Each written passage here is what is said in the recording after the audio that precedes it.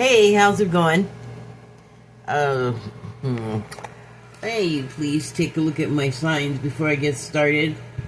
I guess I should unplug it. So, let me just move it closer. There, is that better? How's that? Is that good? Okay. So, I have to be plugged in. There. Normal angle. Okay, so I have some cards and I want to pick up where I left off in my last video where I was talking about how I feel like we need to get together and start solving our own problems independently of the government as much as we can, without angering them and, and antagonizing them so they want to come after you when you're just trying to do the basics. Like, I don't even know. Everybody's just trying to, stay housed, have the bills paid, have the car running so they can go to the job. I don't know. I guess it's my own mindset. I just don't see myself getting angry enough to do something retaliatory and stupid to the government. As an individual or even part of a group, it was never a safe thing to do. I would advise against that particular tack of dealing with your issues going forward. So yes, but I think the key is for us to really get over whatever our issues are with each other, because we have more important things to do. And there's a main reason I feel like we need to do that, and I feel like it is because we need to get together and deal with whatever we can with our climate situation. I know that it seems like, what can I do to change anything about this overwhelming problem? But it's going to take, I think, a multi-pronged approach. And so any skill set that anyone has, I think, will find a place in what is essentially going to be a cleanup. So I'm sure there's going to be technology involved. There already is. There has been. Although it seems like as soon as you hear about it, you don't hear about it ever again, like it got suppressed or something. And that never happens, right? That's just my imagination, right? So, and then I guess there's that to contend with too, because I don't think this is like a conspiracy theory thing. I think that products that compete with other manufacturers and producers of products that perhaps have an in with the government or are actually in the government in some capacity, they have their thumb on the scale and they eliminate competition. So again, you hear of all kinds of great things and you see them like once and then never again. And don't you ever wonder about that? Like, who is responsible for the disappearances and why? I mean, to me, it seems kind of obvious. Right there, the competition. That's enough to get our crazy country to go way too far in being competitive. You can't just eliminate the competition. That is unfair, and when people find out about it, they don't like it. Pardon me.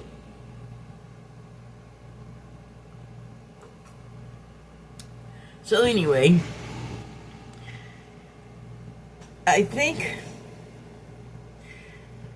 like, personally, I don't have a technical or biological, chemical knowledge to deal with any of that, like, professionally or academically. I just, watch a lot of stuff and pick up what I can here and there, but there are basic things we can all do that, like, they're not nothing, like, before I got, like, bicycles, for exercise I used to go out in my wheelchair and just sort of, like, go as if I was taking a walk, but I just be in my self-propelled wheelchair, and that's how I screwed up my shoulder. So, but what I would do is I would just notice so much crap in the gutters and stuff, and here there are signs, like plaques embedded in the sidewalk where there's a drain, and it says, don't put stuff down this drain, like, no trash. Biomatter, I guess you can't really do anything about that, would be existing if, like, the civilization wasn't there, the houses and the drains and all of the infrastructure. So, but it clearly says, like, all over, I think, the state, at least on the western half of the state that I'm in, I've seen them all up and down, like, don't put crap, because wildlife lives in that water. And so that is something that, like, I didn't need to be told that, because where I'm from, in LA, if you've ever been to the LA River, it usually doesn't have much water in it. It'll just have, like, a thin trickle going down the middle, except for if there's a storm or something. It can just fill up really fast from the ocean to, like, Dodger Stadium. It's crazy. It fills up, it's loud, you think the world is ending, and the water is black, and there's just all kinds of crap.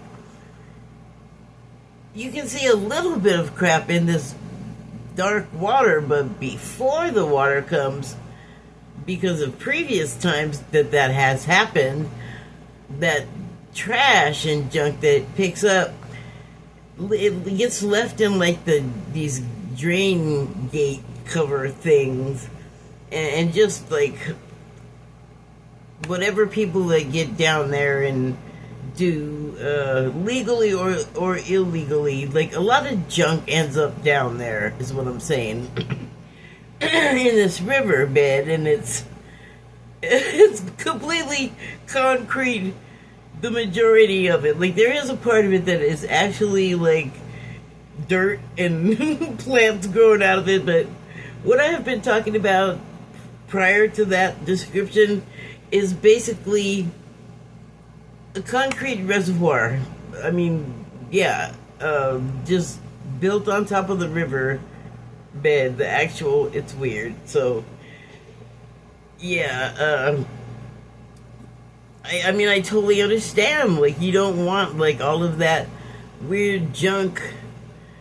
A lot of it ends up in the ocean. Some of it sort of comes from the ocean and ends up in the drainage areas. Like, I don't know, I guess it's a marshy situation.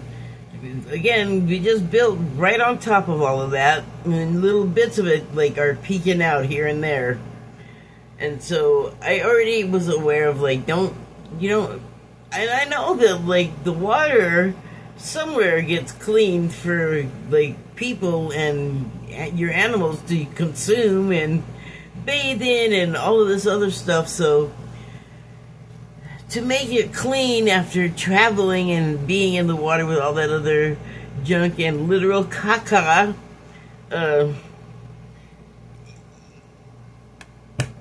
you just don't want the water adulterated any more than, necessary, right? So it was just clear, like, pick up. So anyway, I'm wheeling around the neighborhood, and there's all this crap in the gutters where they're like, don't put stuff in the gutters so it'll go down the drain. Like, that's what the sign is. And then it has a picture of, like, fish on it. That's how you know it's protecting the wildlife. Anyway, I started going around and noticing there's just, like, people, like, there is a drugstore on one end of the street, but it also has food, and then there's a grocery store and the fast food right there on like the four corners at the end of my street. And then at the other end there is a dispensary, and you can see where people come out of the dispensary, take the thing out of the package, and just drop the package and keep walking. So I started carrying a bag around with me when I was rolling around to pick up trash, and that is just, I don't know, maybe it seems like a demeaning thing to do, or there's already like street cleaners, or there's a janitor wherever like you are where there's just trash. I wouldn't rely on just that if you care about this and you're there, and supposedly they have all these other people that are supposed to do it, but there it is, and there you are. So I just started going around with a bag and picking stuff up. And I've done it off and on, like, I think my whole adult life, just because, I don't know, the pollution commercials in the 70s really made an impression on me. Like, the Indian that cried, looking at the freeway and the pollution. And at that time in LA, like, the sky, I always say the sky was brown. Okay, so maybe it was more like tannish gray, but it wasn't good. I mean, they had days where they had alerts where they're like, if you have asthma or you're old or you're young, it was like a drug side effect list. You should stay indoors, and then really, if you're fine, just don't be outside too much because of the air pollution. That's terrible.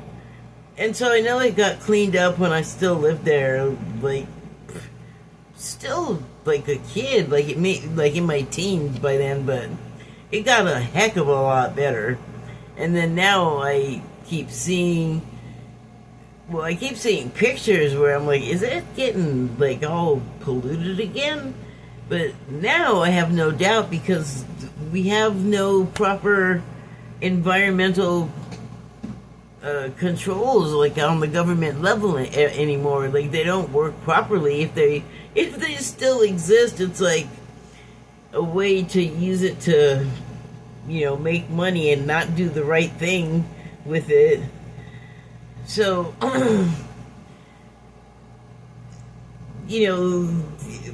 what I'm talking about, like that little pickup of trash thing, like, anybody could do it anywhere, and it would be helpful, I think. And that's just something anybody can do. Like, you don't need a degree or anything like that to do that. And then there are people that have the certification and the training and all of that to do more complicated stuff. But, changing your habits make a big difference too. Like, I got in the habit when I still lived in LA of putting almost everything in some kind of jar or something, because cockroaches are just a thing down there, and your place can be clean and you won't see any. But the way that happens is not so much about like extermination or something like that, but more about like, don't leave stuff out. And it's hot all the time there too, so it makes whatever you leave out start to go over fast, and that heat also makes the smell come up, so it attracts vermin, like, not just roaches.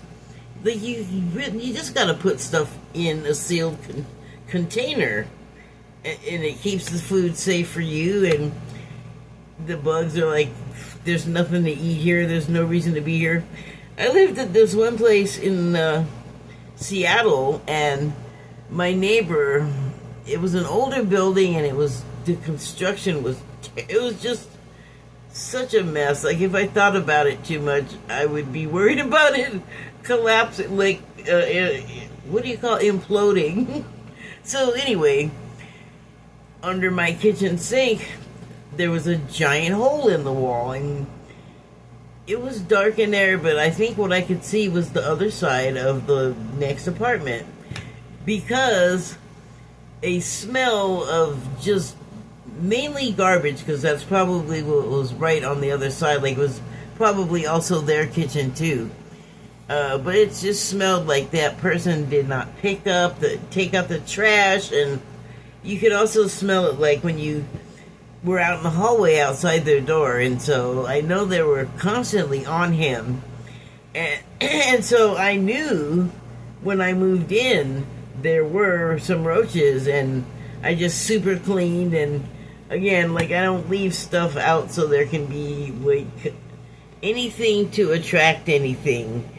I just got in the habit of it. But there's so many reasons to, for instance, take food that you get in plastic packaging the heck out of that stuff, put it in wax paper, put it in a glass container, put it in a paper bag. I know we all want to seal stuff, and that is why, like, hey, if you don't care if it's curled up, you can put deli meat in a jelly jar. Oh, well, in a jar or something like this, right? Like, it doesn't have to be the shape. But if we stop using the plastic products, like if no one's buying them, they're going to stop making that crap. And then, you know, I feel like we will have help from our Sky Nation friends, the extraterrestrials or the extra-dimensionals. I mean, they don't just come from one place, okay? Not any more than a person here comes from one place. And it's so much more than just one planet. But anyway, we will be learning a lot about how to, like, make the technology that we need to deal with the problems like forever chemicals and stuff like that, because there's just so much that we are ignorant of at this point. But they are ready to help us. We still have some like hurdles to meet, or hurdles to get over as the human race, and the time where we can introduce this help and innovation into our general world, our general public. But I mean, if you think we have problems with each other, we're not gonna act right with them like we again.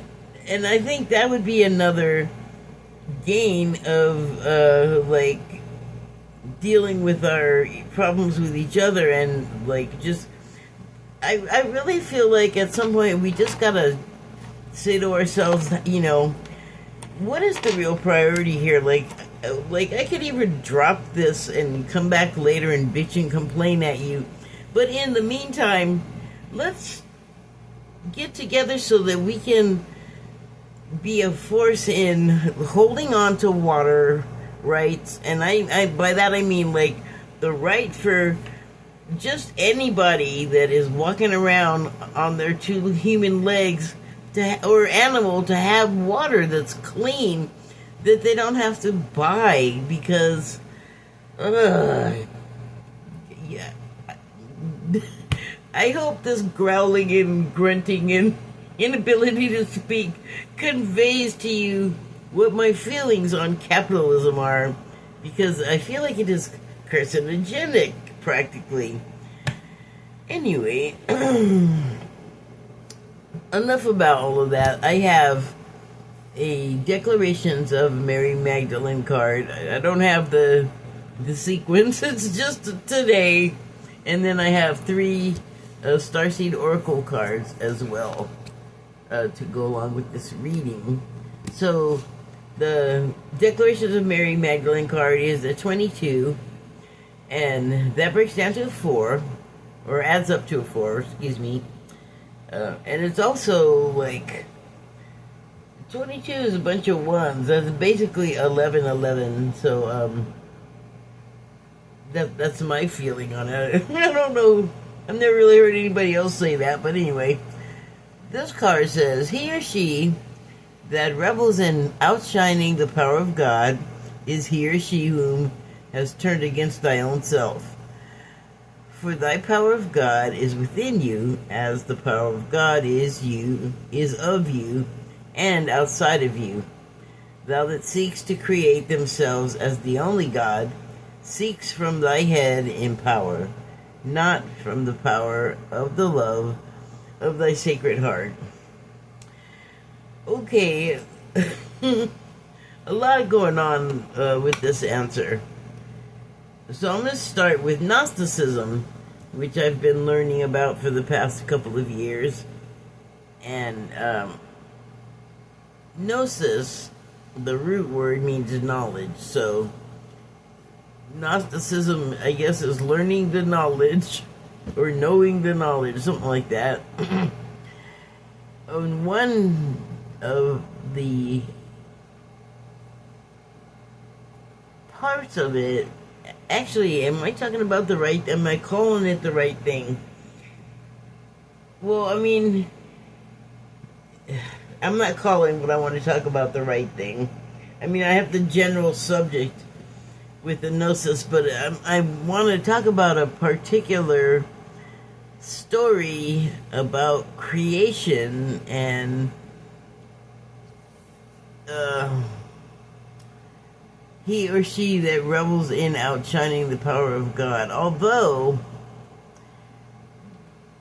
what I want to talk about is not someone trying to do that out of malevolence or anything like that. They just were reaching for the light. Okay, so what I'm trying to talk about, is Yaldabaoth, which is the god that is kind of like, I mean, I guess what I understand from this telling is that it is basically the god of the Matrix that we live in, and its creation came from a being called Sophia. But Sophia, also the word means knowledge. But this is a feminine we're talking about. So she was like amongst the hierarchy of like God figures, and so there is in this story the universal source, spirit, God, but it is not knowable to us. We can't like describe it. I mean, if someone has seen it, I don't know that they're talking about like the physical description, and I don't think it's hiding. I think it's just sort of beyond our ken, beyond our ability to sort of understand and process without. I think it drives us crazy. Like, I think it's just, it blows our fuses. So, but we are all of the source, and so is everything around us, and that's what it talked about. But Yaldabaoth is this beast with like different animal parts, like a lion head and like a lizard tail or snake tail or something, and some kind of scary jumble in between. And it's angry and it's possessive, and the personality of it, I swear, Trump is what comes to mind, especially, you know, when he's like angry and like feels like he's not getting, like, I don't get no respect, although he would not ever say that. But you can tell when he feels like he's not getting the right kind of attention from people, or someone says something and people are laughing about it, And so then they're laughing at him, and he does not react well. And this God, because it thinks it's God of everything. It doesn't really even realize that like it was created by Sophia and is a mistake. So that's some background on that. But what happened to make all of that happen was Sophia is like a creator being, I believe, from the story, but she was sort of like a child of God, like a literal like spawn kind of daughter, and she, I guess, while worshiping and seeking the light, because that is generally the physical form of spirit, is the light, and then the light is sort of also all encompassing of everything.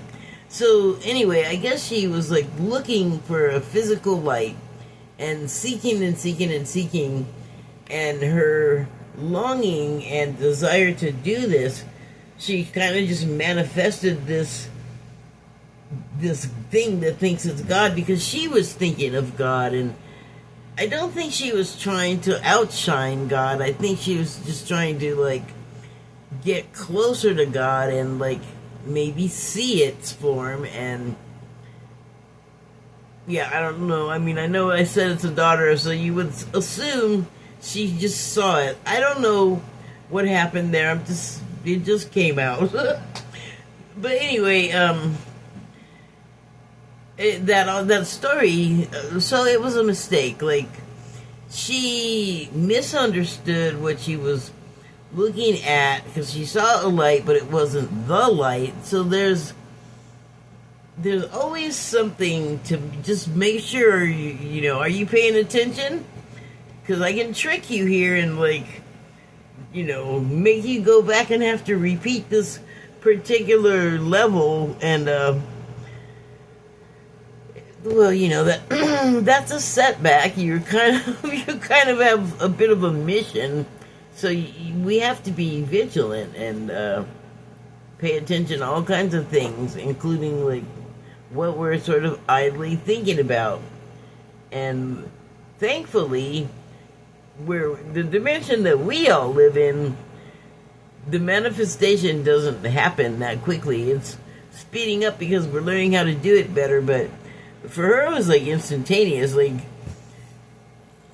I don't know how her thoughts managed to poot out this Yelda thing, but it's, when I think of that thing, and it's a mistake because she's not the creator being. I mean, I think like as a divine feminine spirit and like a woman, she was a creator in the giving birth sense, but also in like in this other way where she could like literally dream up something inadvertently, and because it's like she was missing information. She didn't have like all of the components for the recipe for it to turn out properly, or you know what I'm saying? Like, she just didn't, she went to go make something and she just didn't have all of the smarts and the parts. But then she did learn of her mistake later, and there's a whole more story all about that. But I want to talk about this Yaldabaoth Matrix thing, because it made me think of like our world and how we say we're in this matrix, and it's like that critter belongs in the matrix part where the submarine is, and there's all those things in the water. I don't think it was water, but whatever medium they were traveling in, this thing looks like it belonged there. So I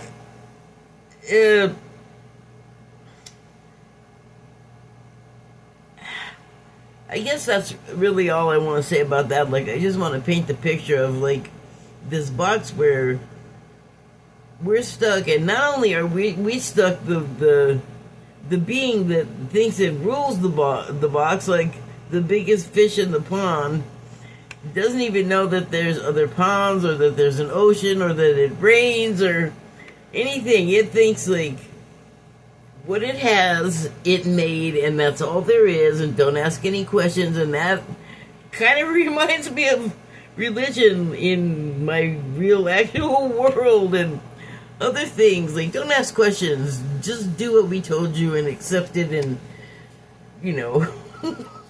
so that's what I think that was talking about, kind of. Okay, so for thy power of God is within you.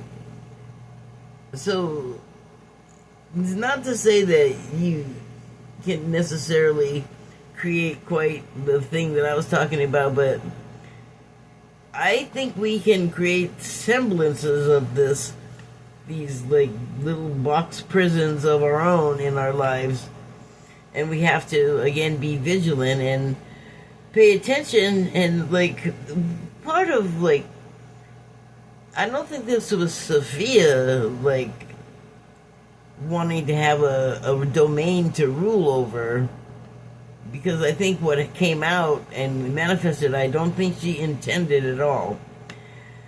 But the manifestation itself had consciousness, and just like, it just right away, it's like, I want to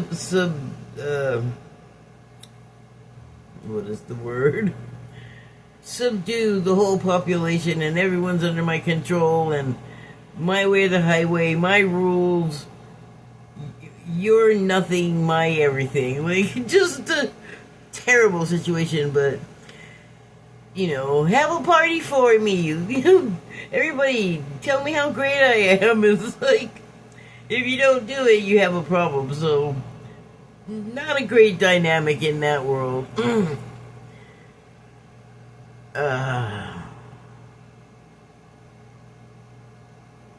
I'm gonna stop right there, and I want to move to the starseed oracle cards, because I'm really wanted to know like what take they have on the whole, like, let's get all together and try and fix things here, because that is why I think all the starseeds and lightworkers, that's what we're doing. Like, we're here to we manifested and incarnated into these lifetimes to help heal the earth and like repair some of the problems and shine a light on all of the darkness and show it and reveal it so that it can't continue hurting people and things.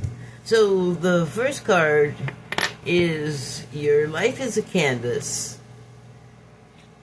And there you go, is the picture. You can see there is a figure here on the hillside, and I'm not sure like what's happening below her, but she's got her arm out like she's kind of gesturing like maybe at something, or she's saying like an incantation or something, and it's part of her, I don't know, spell. And the reason I say that is because what I'm talking about is when we get together, and the climate is only one thing that we have to deal with. Like I mentioned in my last video, there are overlapping streams of things that are affecting us and happening in the world right now that a lot have to do with unresolved past issues. Like, the past just can't leave us alone in some cases, and those are things that we also have to fix. But a lot of things I feel like are going to be remade, reordered, redone, and we're going to be starting from blank slates or empty canvases. And so, like I said, I don't know what's happening here. I have like the impression of a valley. I have the impression of a waterfall. I don't know. It's like an unformed picture. And I just saw something with my super pareidolia on this card, and I see a face. There's eyes, see? Nose, right down there. They seem to have a beard. There's a mouth. hairline up here. Do you see it? Neck. So, maybe not spirit, because I just say you can't like really see what it is. Maybe an angelic form observing this person's creation, this person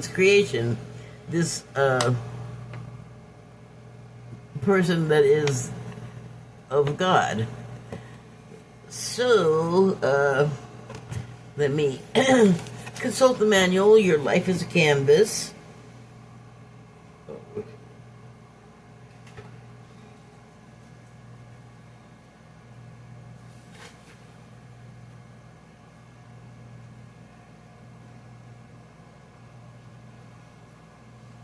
This is the last one. And the subtitles are Artist, Manifestation, Creative Accountability. You're the artist of your life, and your life is a canvas. Take responsibility for your ability to create. Earth is known as a planet of manifestation. Your present moment is based on your past thoughts and beliefs. Your current thoughts determine your future. Okay, so I totally want to talk about that. And let me just read it again. Okay, because I really want to... This made an impression on me when I thought about it. Earth is known as a planet of manifestation. Your present moment is based on your past thoughts and beliefs. Your current thoughts determine your future. So, I watch a bunch of different psychics and card readers, and generally they are saying similar things. Some tend to be a little darker than others, and then others are just like...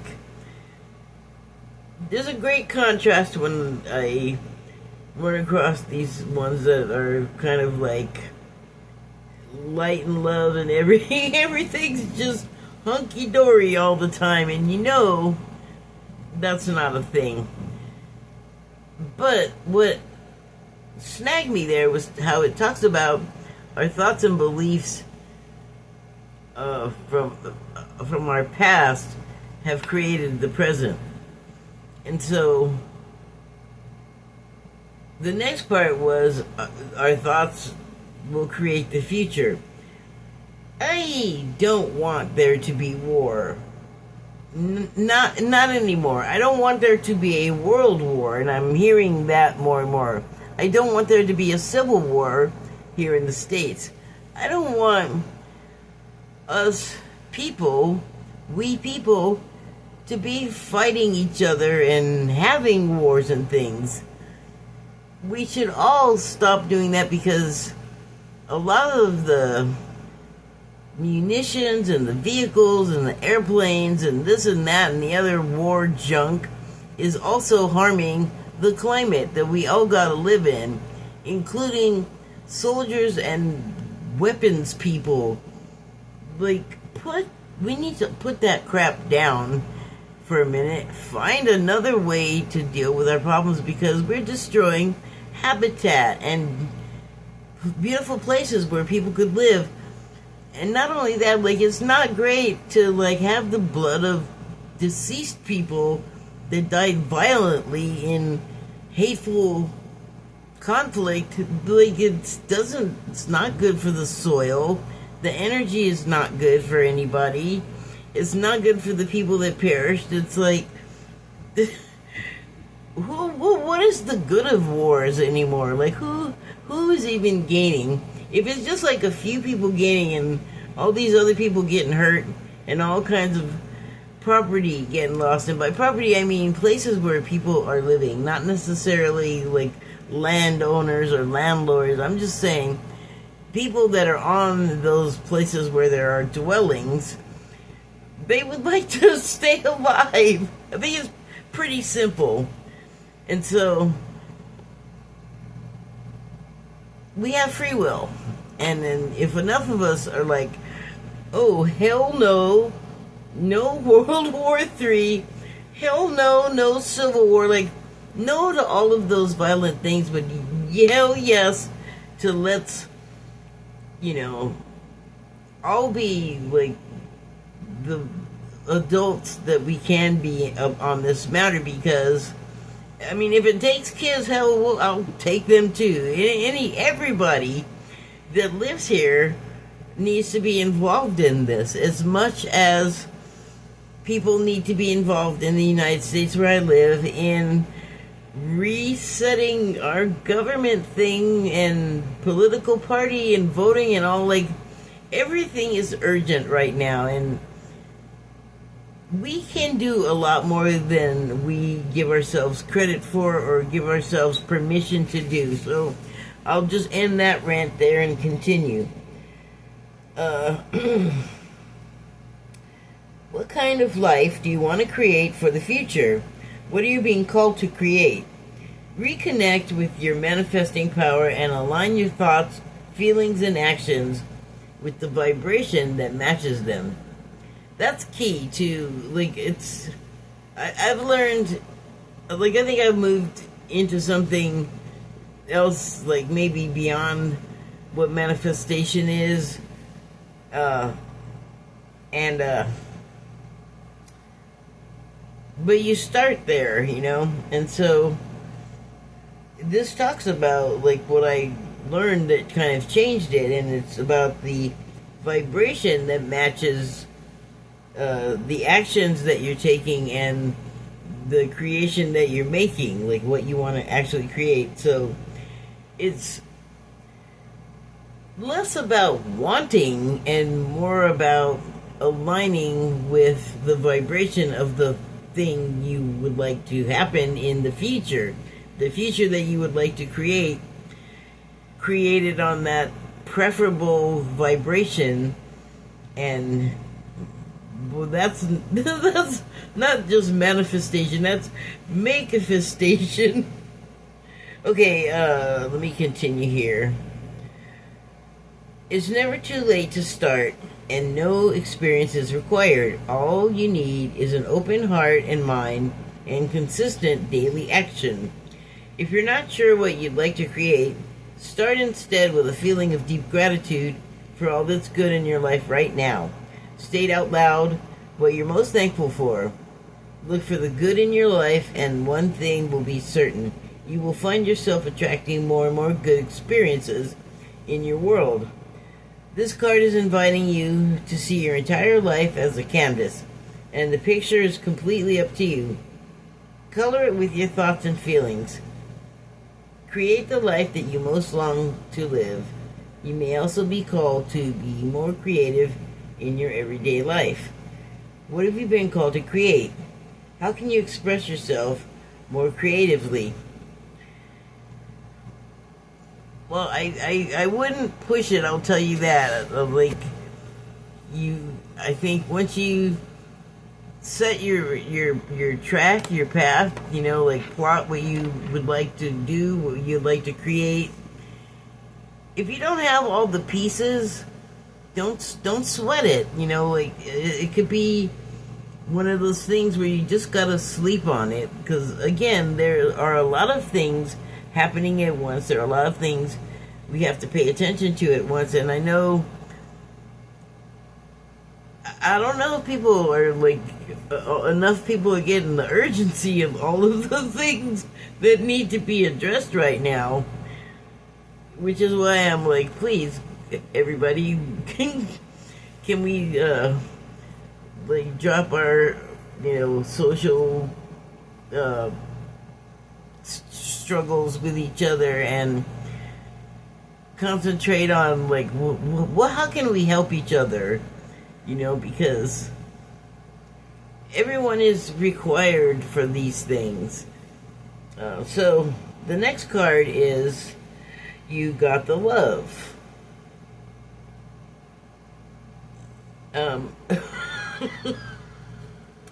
So this card is a little confusing to me. There is a pair, and there's a gentleman here, and I used to think it was 3 people, But now I'm kind of,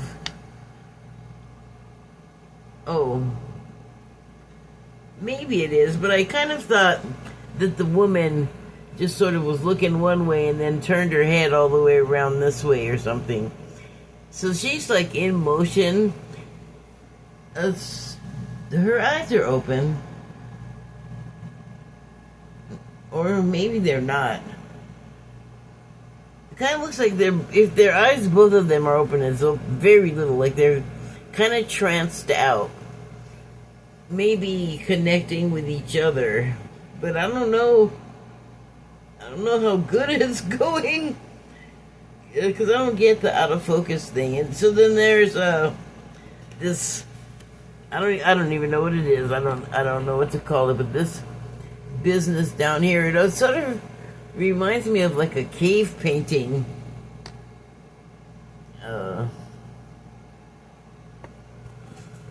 It kind of looks like a bug that, like, you know, got taken out and its little feet are up in the air and it's on its back.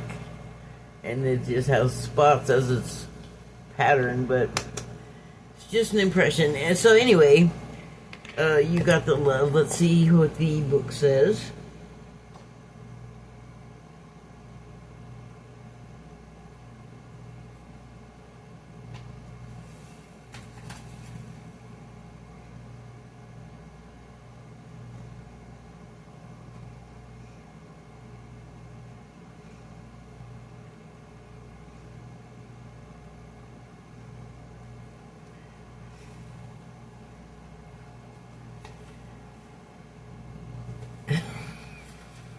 I don't mean to make it so suspenseful. Okay, so the subtitles are Hadarian energy, codependency, boundaries. I was just going to say, I'm not going to look up the Hadarians. I think they're going to talk about it. And let me read what it says. Oh, I did that. Okay, it says, the Hadarians are believed to be beacons of pure divine unconditional love who see love in all people and situations. As a result, they can find it hard to have boundaries. Hard to have boundaried, interdependent, healthy relationships because they only see the unconditional nature of those they meet. The lovers of the cosmos, they dive in fast. They're here to learn how to love while in a separate body. To learn love, self first, and then establish healthy relationships with others. To remember that the love they seek is already within them, that they truly do have the love all on their own.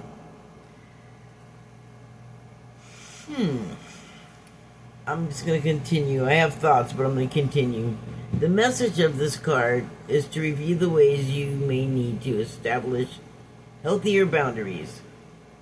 Perhaps you're in a codependent relationship in which you may be losing your sense of self. It's common for starseeds to dive deep into relationships, particularly with those who feel safe and familiar at a soul level. Perhaps you're in a relationship which you give more than you receive, or perhaps there's a certain volatility to it, and you're always unsure where you stand. This card is a sign to do a relationship review and see what energetic agreements you've made, consciously or unconsciously, to acknowledge if there are relationships in which you feel anxious or powerless, in which you don't feel like it's safe to relax and just be you, to assess if there are any places of inadequacy you've used a relationship to soothe and cover up. Okay, so that makes the picture make a whole lot more sense. The person above is still seeking. They're still looking for their needs outside of themselves, and you can see the person who presumably is the partner. He looks very calm and still, and he's sort of not reacting to all of her. I'm gonna call it, she's like kind of freaking out. She seems volatile. She's looking over here, she's looking over there. And so, he's basically showing her the way, like, just chill, you know? I know, like, you're in a hurry, you want to do something, you want to, like, be effective in some way, but that is not what's called for. It's what's called for is to close your eyes, block out the outside world, sit and be still, and when you combine that with breathing, that slowing down, that literal breathing slows you down, like the emotional momentum, and you can find yourself as her partner seems to be demonstrating. Okay, so if I were talking about that woman depicted on that card as representing sort of like society, the part that I am trying to appeal to, that is so busy with all of this other stuff that's making them anxious and volatile and perhaps aggressive, and all of those things get in the way of your stillness, which is where you're gonna receive more information from your own self. Like, you're gonna be able to process what's happening and what you're feeling better if you're not like trying to look at 30 things at once and do like a bunch of things at the same time that you really can only do like 2 max, you know? Like, you can't like be doing 2 things over here and then drop it and then like run across town and do 2 and 3 things on the way to someplace else where you gotta do more stuff and then you gotta rush back. Like, that's like impossible. But that's why you have other people to team up with. But some things you have to do alone. You have to get there yourself. And so you have to close your eyes, look inward, and calm down and sit still. Okay. And you know, that might be like the gateway to like if enough of us that are agitated that way are able to bring themselves to that stillness and kind of make a habit of it, because it doesn't feel terrible, I'll tell you that. Especially if you're like, like calming down and getting centered, in comparison, feels great. It feels really good. Okay, so the last card is Starkeeper.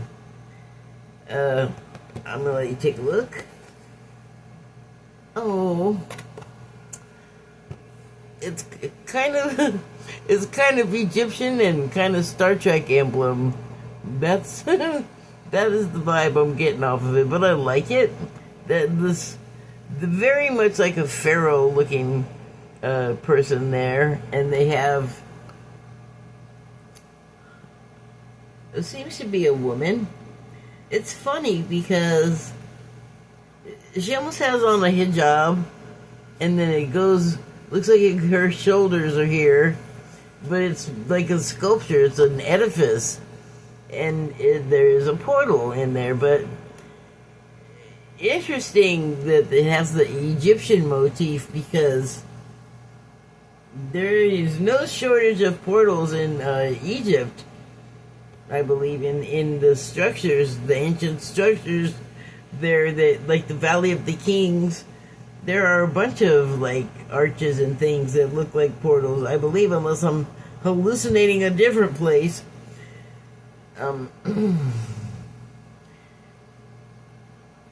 You know, something about this blue around here, like this here, reminds me of the Fifth Element. Oh, I know what it is.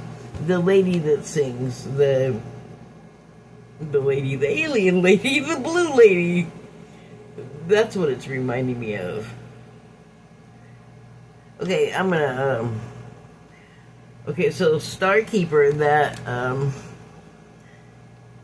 it's just making me think again of, like, all of the starseeds that reincarnated here at this time on purpose to help everyone get through, or to be a part of it, you know, for their own reasons. But service, I mean, you do get something out of service on that level. You get the experience, and that's more than enough to get beings to keep coming back.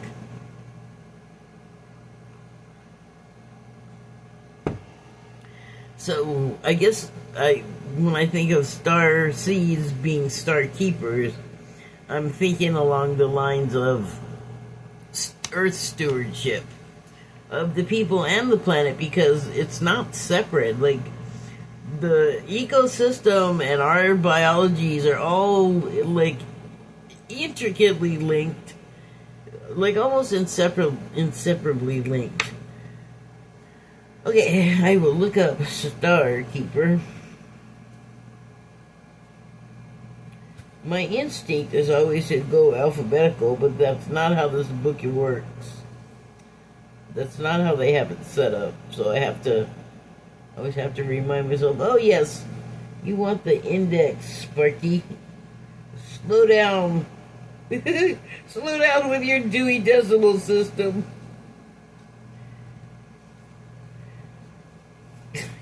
It's like the third time today I've had the opportunity to talk about the Dewey Decimal System.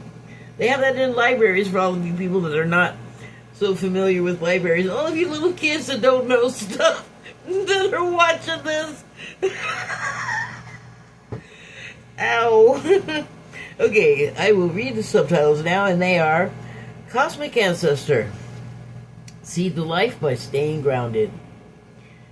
You're an ancient keeper of the stars, here to anchor and seed your light in your unique way. You've likely been incarnating on Earth for some time, dedicated to an era of awakening and bringing about a long-awaited shift of the planet's evolution. That's what I'm talking about. We're at a tipping point now.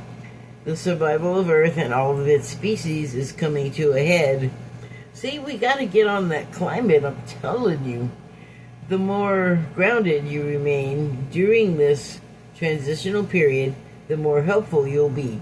And that goes back to that changing your future by your present behavior, and also saying hell no to, like, more war and more aggression and more division. Hell no to the hating. Like, can we just, I'm bored of it. Are you not bored of that already? Like, I don't know, like, maybe it's maybe I've reincarnated enough times to become jaded at that level. Let me continue here.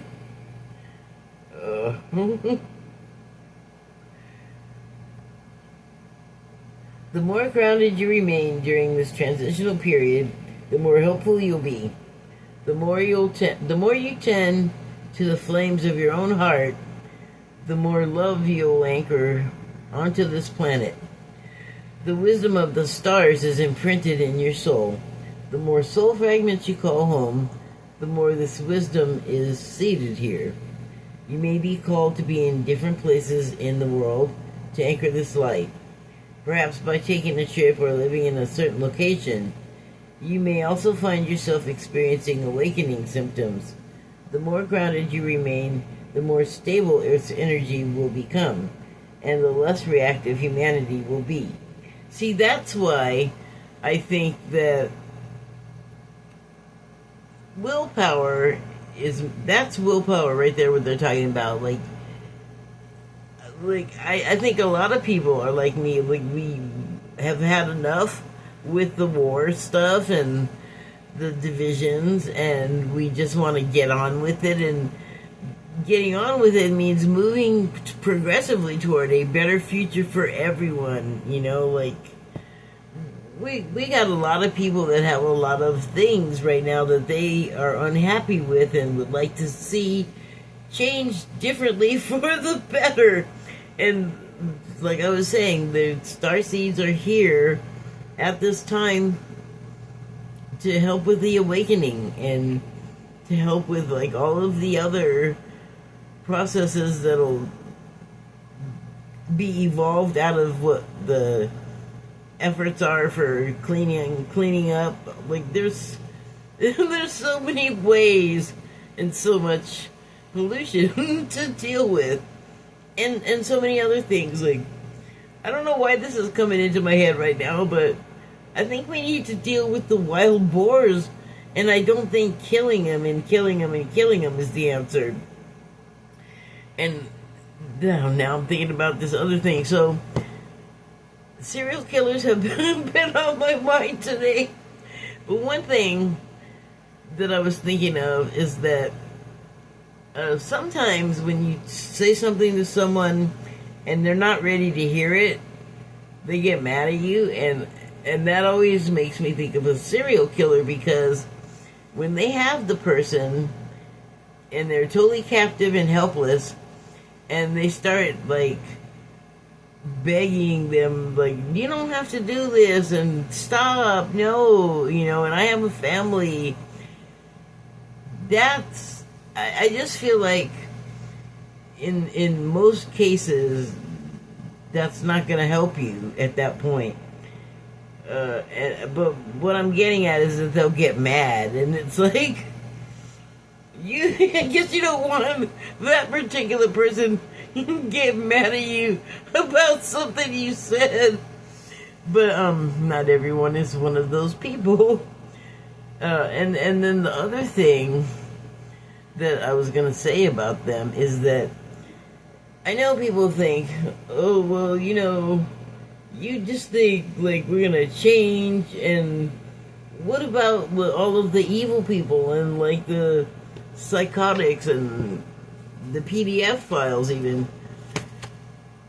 So, like the Boers, I don't think we can just slaughter our way out of the problem with them. They are people. They're different people. But I think what's going to happen is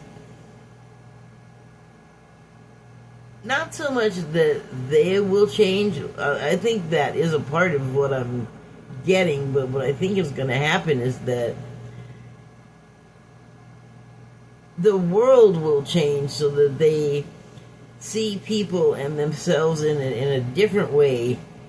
And I know that they have something that can't be cured at this point in time, but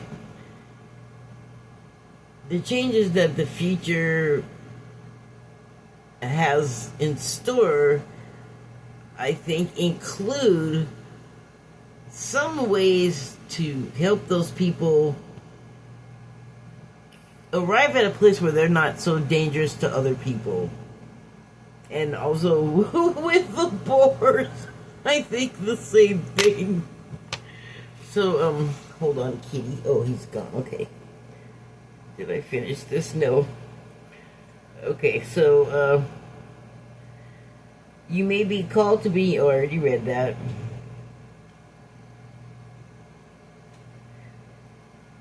The more grounded you remain, the more stable Earth's energy will become, and the less reactive humanity will be.